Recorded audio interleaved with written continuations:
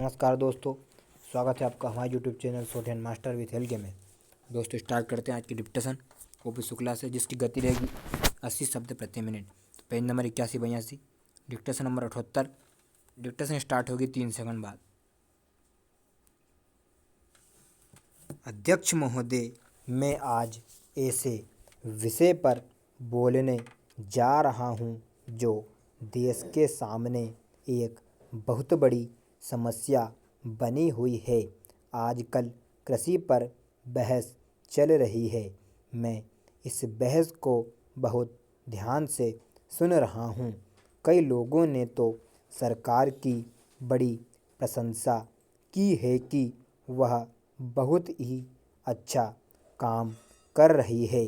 मैं मंत्री महोदय से एक सवाल करना चाहता हूँ।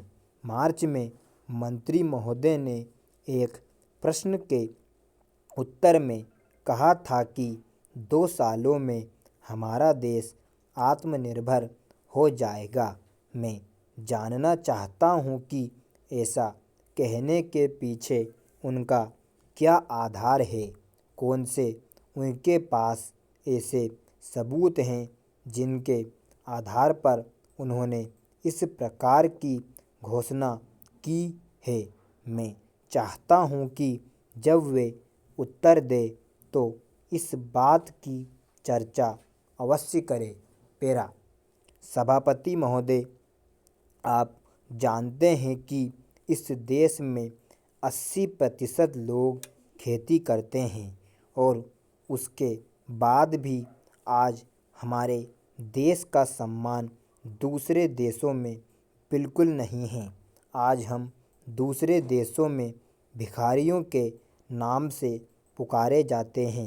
अपने देश में जहां 80% लोग खेती करते हैं, हम भोजन के मामले में भी आत्मनिर्भर नहीं हुए हैं।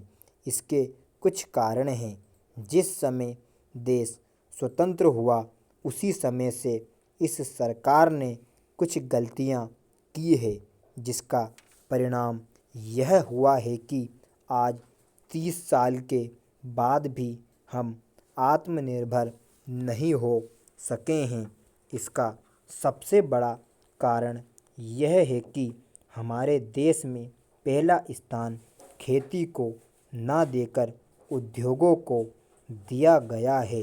उद्योग हमारे देश के लोगों की जीविका का मुख्य साधन नहीं हो सकते हैं।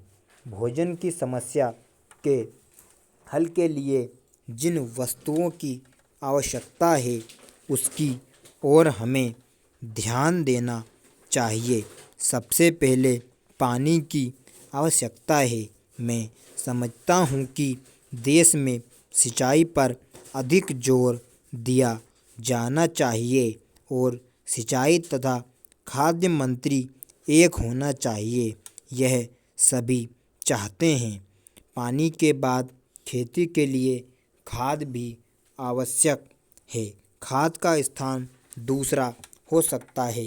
आज देश में खाद की बात काफ़ी जोर देकर कही जाती है।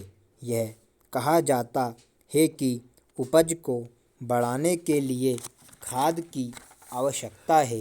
बिना खाद के उपज बढ़ ही नहीं सकती है, किंतु खाद कहाँ तक उपज को बढ़ा सकेगी, यह भी सोचने की बात है।